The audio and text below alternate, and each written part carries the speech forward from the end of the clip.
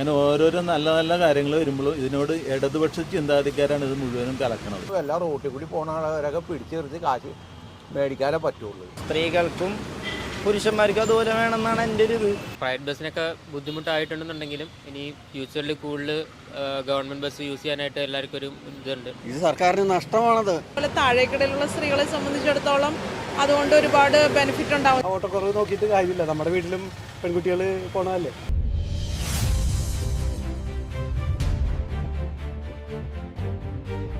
സ്ത്രീകൾക്കായുള്ള സൗജന്യ KSRTC bus യാത്ര നിലവിൽ വന്നതോടെ ജനങ്ങൾക്കും ഡ്രൈവർമാർക്കുമുള്ള അഭിപ്രായത്തെക്കുറിച്ച് നമുക്ക് ചോദിച്ചറിയാം. പൈസ കൊടുക്കാണ്ട് യാത്ര ചെയ്യണത് നല്ലൊരു കാര്യമാണ്, പക്ഷേ സ്ത്രീകൾക്കും പുരുഷന്മാർക്കും അതുപോലെ വേണമെന്നാണ് എൻ്റെ ഒരു ഇത്.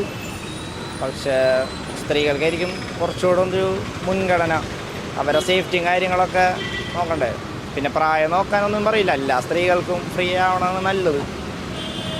അങ്ങനെ ചിലർ പറയണ്ടേ പ്രായത്തിന് അനുസരിച്ച് പൈസ ഇതാക്കണം, അങ്ങനെയൊന്നുമില്ല. എല്ലാ സ്ത്രീകളായാലും കുട്ടികളായാലും അവർക്ക് ഒരിത് വേണം. എന്നെ സംബന്ധിച്ച് നഷ്ടമില്ലാതെ വേറെ ഒന്നുമില്ല. ഇവിടെ പ്രിയദർശിനി വണ്ടി ഓടുന്നുണ്ട്, മൂവാറ്റുപുഴയ്ക്ക് പോകുന്നുണ്ട്, ആലുവയ്ക്ക് പോകുന്നുണ്ട്, പിന്നെ വൈറ്റിലേക്ക് തൃപ്പൂണിത്തറ എല്ലാം പോകുന്നുണ്ട്. പക്ഷേ ഞങ്ങളിപ്പോൾ ഈ സ്റ്റാൻഡിൽ വന്ന് കിടക്കാൻ തുടങ്ങിയിട്ടും മണിക്കൂർ 1 കഴിഞ്ഞു. പക്ഷേ ഡീസലിനാണെങ്കിൽ വില കൂടുതൽ. ഇത് പൈസ കൂട്ടിയിട്ട് 10 കൊല്ലം കഴിഞ്ഞു. LDF സർക്കാർ ഭരണത്തിലിരുന്നപ്പോൾ കൂട്ടിയതാണ്. ആ സർക്കാരിൻ്റെ ഭരണവും പോയി. അത് കഴിഞ്ഞിപ്പോൾ UDF ഭരണത്തിൽ വന്നു. നമുക്ക് ഒരു രക്ഷയില്ലാത്ത രീതിയിലാണ്. എന്ത് ചെയ്യണം ഏത് ചെയ്യണമെന്നൊന്നും അറിയാൻ പാടില്ല. ഇപ്പോൾ സത്യം പറയുകയാണെങ്കിൽ എല്ലാ റോട്ടിൽ കൂടി പോകുന്ന ആളുകാരൊക്കെ പിടിച്ചു നിർത്തി കാശ് മേടിക്കാനേ പറ്റുള്ളൂ. അങ്ങനെ മേടിക്കണം, കത്തിയായിട്ട് കാണിച്ചാൽ വല്ല തോക്കും മേടിക്കണം. അത് അങ്ങനെ ചെയ്യേണ്ട ഗതികേടായി. ഏത് സർക്കാർ ഭരണത്തിലും ഒന്നല്ലായിട്ടും കണക്ക് തന്നെ. ഇപ്പോൾ BJP സർക്കാർ ഇപ്പോൾ ഡീസലിന് 50 രൂപക്ക് ഡീസലും 60 രൂപക്ക് പെട്രോളും കൊടുക്കുമെന്ന് പറഞ്ഞു. ഇന്നേ വരെ അതിനെപ്പറ്റി ഒരു ഇതുമില്ല. 15 വർഷമാകുമ്പോൾ അവർ ഭരണത്തിൽ കയറിയത്. LDF സർക്കാർ 10 വർഷം ഭരിച്ചു. ഇപ്പോൾ കോൺഗ്രസ് സ്ത്രീകളുടെ വോട്ടും മേടിച്ച് അവരുടെ ഇതെല്ലാം മേടിച്ച് സ്ത്രീകൾ മാത്രമല്ല ആണുങ്ങളും വോട്ട് ചെയ്തിട്ടുണ്ട്. പക്ഷെ സ്ത്രീകൾക്ക് ഇവിടെ ബസ്സിൽ ഫ്രീ ആയിട്ട് പോകാം, ഏത് സീറ്റിലും കയറിയിരിക്കുക, ചോദിക്കാനും പറയാനൊന്നും ആരുമില്ല. എന്തെങ്കിലും പറഞ്ഞു കഴിഞ്ഞാൽ കുറ്റക്കാരനാണ്, അത് പീഡന കേസായിട്ട് വരും. ഇതാണ് ഇവിടെ സംഭവിക്കുന്നത്. ഇത് ടാക്സ് ഇൻഷുറൻസ് എല്ലാം കുറക്കാമെന്ന് പറഞ്ഞിട്ട് അതും ചെയ്തതാണ്. ഇങ്ങനെയാണെങ്കിൽ ഞങ്ങളെപ്പോലുള്ള ആളുകൾ 65 വയസ്സ് 65 വയസ്സ് 70 വയസ്സായി. ഇപ്പം പെൻഷൻ കൂട്ടുമെന്ന് പറഞ്ഞു, അതും എങ്ങനെയാണെന്നൊന്നും അറിയാൻ പാടില്ല. അതുണ്ടാവുമോ ഒന്നും. ഈ ട്രാൻസ്പോർട്ട് ബസ് ഇവിടെ ഓർഡറുണ്ട്, അതിൽ സർക്കാർ നഷ്ടത്തിലാണെന്ന് പറഞ്ഞിട്ട് ഇതെങ്ങനെ എടുത്ത് ചിലവാക്കണം? ഈ ജനങ്ങളുടെ കാശല്ലേ പിരിച്ച് എടുത്തല്ലേ കാണിക്കുന്നത്. ഇതിനൊന്നും ഒരു സർക്കാർ വന്നാലും ഒരു നടപടി ഉണ്ടാവില്ല. എനിക്ക് സത്യത്തിൽ ആ സൗകര്യം കിട്ടാത്ത ഒരാളാണ്, പക്ഷേ നല്ലൊരു അഭിപ്രായമാണ്. കാരണം സ്ത്രീകളെ സംബന്ധിച്ചിടത്തോളം ഈ പറഞ്ഞ പോലെ താഴേക്കിടയിലുള്ള സ്ത്രീകളെ സംബന്ധിച്ചിടത്തോളം അതുകൊണ്ട് ഒരുപാട് ബെനിഫിറ്റ് ഉണ്ടാവും. ഇപ്പോൾ എന്ന് പറഞ്ഞു കഴിഞ്ഞാൽ അത്യാവശ്യം കുറച്ച് സാലറിയും കാര്യങ്ങളൊക്കെ ഉള്ളവർ ഒരു മിനിമം 2 വീലറിലെങ്കിലും പോകുന്നവരായിരിക്കും. അപ്പോൾ ഏറ്റവും താഴേക്കിടയിലുള്ള ആളുകളായിരിക്കും ഈ ബസ് സൗകര്യങ്ങളൊക്കെ ഉപയോഗിക്കുന്നത്. അപ്പോൾ അവരെ സംബന്ധിച്ചിടത്തോളം പ്രയോജനകരമാണെന്നാണ് എൻ്റെ ഒരു അഭിപ്രായം. പ്രിയദർശിനി ബസ് നല്ല കാര്യമല്ലേ, നല്ല ദൂരം. അത് ഏറ്റവും കൂടുതൽ ഉപകാരപ്പെടുന്നത് ഈ സാധാരണ ചെറിയ ജോലിക്ക് പോകുന്ന ടെക്സ്റ്റൈൽസ്, ചെറിയ കടകളിൽ പോകുന്ന പെൺകുട്ടികൾ, അവർക്കൊക്കെ അല്ലേ നല്ലതാണത്. ആ പൈസ അവർക്ക് മാറ്റി വെക്കാം. പക്ഷേ ചെറിയൊരു ഓട്ടക്കുറവ് വന്നിട്ടുണ്ട്. എന്നാലും അത് നമുക്കത് നോക്കുമ്പോൾ ആ ഓട്ടക്കുറവ് നോക്കിയിട്ട് കാര്യമില്ല, നമ്മുടെ വീട്ടിലും പെൺകുട്ടികൾ പോണതല്ലേ. അവർക്ക് നമ്മുടെ കയ്യിൽ നിന്നുള്ള കാശ് കൊണ്ടല്ല അവർക്ക് കൊടുക്കുന്നത്, ജോലിക്ക് പോകാനുള്ള കാശ് കൊടുക്കുന്നത്. നല്ല കാര്യമായിട്ടാണ് എനിക്ക് തോന്നുന്നത്. സൗജന്യ യാത്ര എന്ന് പറഞ്ഞാൽ വികലാംഗർക്ക്, കണ്ണുകാഴ്ചയില്ലാത്തവർക്ക്, തീരെ ജീവിതം വഴിമുട്ടി നടക്കുന്ന പാവപ്പെട്ട സ്ത്രീകൾക്ക് മാത്രം എടുക്കുന്നതാണ് നല്ലത്.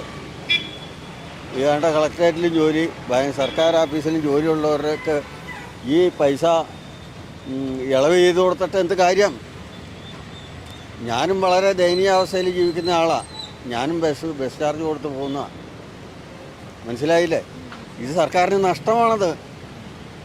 സർക്കാർ നിലനിൽക്കണമെങ്കിൽ അതേ രീതിയിൽ പെരുമാറണം. ഇത് വളരെ മോശമാണ് ഈ പരിപാടി. ഒരു തരത്തിൽ നല്ലതാണ് കാര്യം. സർക്കാർ അങ്ങനെ ഒരു ഇത് ചെയ്തതുകൊണ്ട് തന്നെ പ്രൈവറ്റ് ബസ്സിനൊക്കെ ബുദ്ധിമുട്ടായിട്ടുണ്ടെന്നുണ്ടെങ്കിലും ഇനി ഫ്യൂച്ചറിൽ കൂടുതൽ ഗവൺമെൻറ് ബസ് യൂസ് ചെയ്യാനായിട്ട് എല്ലാവർക്കും ഒരു ഇതുണ്ട്. പിന്നെ അത് കുറച്ചും കൂടെ മാനദണ്ഡങ്ങളും കൂടെ കുറച്ചും കൂടെ ഒന്ന് അഡ്ജസ്റ്റ് ചെയ്തിട്ട് എല്ലാ സ്ത്രീകൾക്കും എന്നുള്ള മാതിരി അത്യാവശ്യം ആർക്കാണോ യൂസ് ആവുന്നത് അവരെ കൂടെ ഉൾപ്പെടുത്തക്ക രീതിയിൽ മാനദണ്ഡങ്ങളൊന്ന് ഭേദഗതിപ്പെടുത്തുകയാണെന്നുണ്ടെങ്കിൽ കൂടുതൽ ബെറ്റർ ആയിരിക്കും. സ്ത്രീകൾക്ക് വേണ്ടിയിട്ട് നല്ലൊരു പരിപാടിയാണത്. കാരണം വെച്ചാൽ നമ്മളുടെ മറ്റുള്ള സ്റ്റേറ്റുകളിൽ ചെയ്ത് അവർ വളരെയധികം നല്ലൊരു അഭിപ്രായമാണ് എല്ലാവർക്കും ഉള്ളത്. പിന്നെ ഇവിടെ ബസ്സുകാർ ചെയ്യുന്ന പ്രകൃതങ്ങളെന്ന് പറഞ്ഞു കഴിഞ്ഞാൽ അവർ അവരുടെ കാര്യം മാത്രമേ നോക്കുന്നുള്ളൂ. ഇപ്പോൾ ഗവൺമെൻറ്റിനോട് അവർ ചോദിക്കുന്നത് അവർക്കും കൂടി അതിൻ്റെ കൺസെഷൻ കൊടുക്കണമെന്ന് പറയുന്നത്. അത് നടക്കാത്ത കാര്യമാണ്. കാരണം വെച്ചാൽ ബസ്സുകാർ വളരെ കൊള്ളലാഭം ഉണ്ടാക്കിയ സംഭവം. ഇവിടെ എറണാകുളം സിറ്റിയിൽ നമ്മളുടെ മെട്രോ റെയിൽ വന്നപ്പോഴും അവരിത് തന്നെ പറഞ്ഞുകൊണ്ടിരുന്നു. ഇപ്പോഴതൊന്നും വലിയ പ്രശ്നമുള്ള കാര്യമൊന്നുമല്ല. മെട്രോ റെയിൽ വന്നതിന് ശേഷം ഇപ്പോൾ ആലുവയിൽ നിന്ന് തൃപ്പൂണിത്തുറ വരെ നല്ല രീതിയിലായില്ല. പിന്നെ ഇപ്പോൾ നമ്മളെ പാലാട്ടത്തുനിന്ന് കാക്കനാട് വരെയൊക്കെ ഉപയോഗിച്ച് അങ്ങനെ ഓരോരോ നല്ല നല്ല കാര്യങ്ങൾ വരുമ്പോഴും ഇതിനോട് ഇടതുപക്ഷ ചിന്താഗതിക്കാരാണ് ഇത് മുഴുവനും കലക്കണത്. ഇപ്പോൾ പുതിയ ഗവൺമെൻറ് കോൺഗ്രസ് ഗവൺമെൻറ്റിൽ ഇപ്പോൾ മുൻ ഗവൺമെൻറ് വെച്ച് ശമ്പളം ഇല്ല, പെൻഷൻ ഇല്ല എന്നാണ് അവിടത്തേക്ക് പറഞ്ഞുകൊണ്ടിരുന്നത്. ആ സ്ത്രീക്ക് ഇവിടെ മൊത്തം ഫ്രീ ആയിട്ട് സ്ത്രീകൾ കൊടുക്കാമെന്ന് പറഞ്ഞു കഴിഞ്ഞാൽ എല്ലാ ബസ്സിലും ഇപ്പോൾ തിരക്കുണ്ട്. ഞാനൊരു പാർട്ടിക്കാരനല്ലെങ്കിലും പൊതുവായിട്ട് ഒരു ന്യായം പറയാണ്. ഇപ്പോൾ ഇവരെങ്ങനെ ഇത് മെയിൻറ്റെയിൻ ചെയ്ത് പോകുമെന്ന് നമുക്കറിയില്ല. എന്നാലും കൊടുത്തതുണ്ട്, കാര്യങ്ങൾ മുന്നോട്ട് പോകുന്നുണ്ട്. ഇതിന് ഒരുപാട് സാധാരണ ആൾക്കാർ യാത്ര ചെയ്യുന്നവരുണ്ട്. എല്ലാവരുടെ കയ്യിൽ വണ്ടിയൊന്നുമില്ല. ഒരുമാതിരിപ്പെട്ട ആൾക്കാരെല്ലാം ബസ് യാത്ര ചെയ്യുന്നവർ തന്നെയാണ് പകുതി ആൾക്കാരും. അപ്പം അങ്ങനെ വെച്ച് നോക്കുമ്പോൾ ഞാൻ പാലാരിട്ടതും കഴിഞ്ഞിട്ട് ടോളിൻ്റെ അവിടെ വെച്ച് നോക്കിയപ്പോൾ ഒരു ബസ് ഫുള്ളും സൗകര്യമാരാണ്. ഞാൻ അവിടെ വണ്ടി നിർത്തിയിട്ട് നോക്കി. അപ്പോൾ അവിടെയുള്ള അമയാമനം ഫ്രീ ആയതുകൊണ്ട് ഇത്ര പേര് കയറണം. അതിന് എല്ലാവർക്കും അതിനകത്ത് നല്ല അഭിപ്രായം തന്നെയാണ്. പിന്നെ പ്രതിപക്ഷം എന്തെങ്കിലും പറയും ഇതിനെക്കുറിച്ച്, അതൊന്നും നമുക്ക് നോക്കണ്ട. ഇപ്പോഴത്തെ ഭരണം ഇങ്ങനെ പോകുന്നുണ്ട്, വലിയ കുഴപ്പമൊന്നുമില്ല.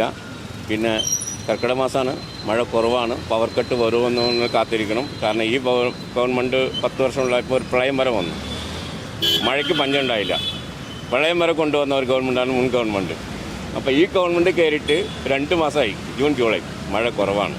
പക്ഷേ മഴ ഇന്ന് പിൻകാലത്തിലുണ്ടെങ്കിൽ നമുക്ക് രക്ഷപ്പെട്ടു പോകാം, അല്ലെങ്കിൽ പവർ കട്ട് ഉണ്ടാവും. അത് ഗവൺമെൻറ് കുറ്റം പറയേണ്ട കാര്യമില്ല, അത് ദൈവമാണ് നിശ്ചയിക്കുന്നത്.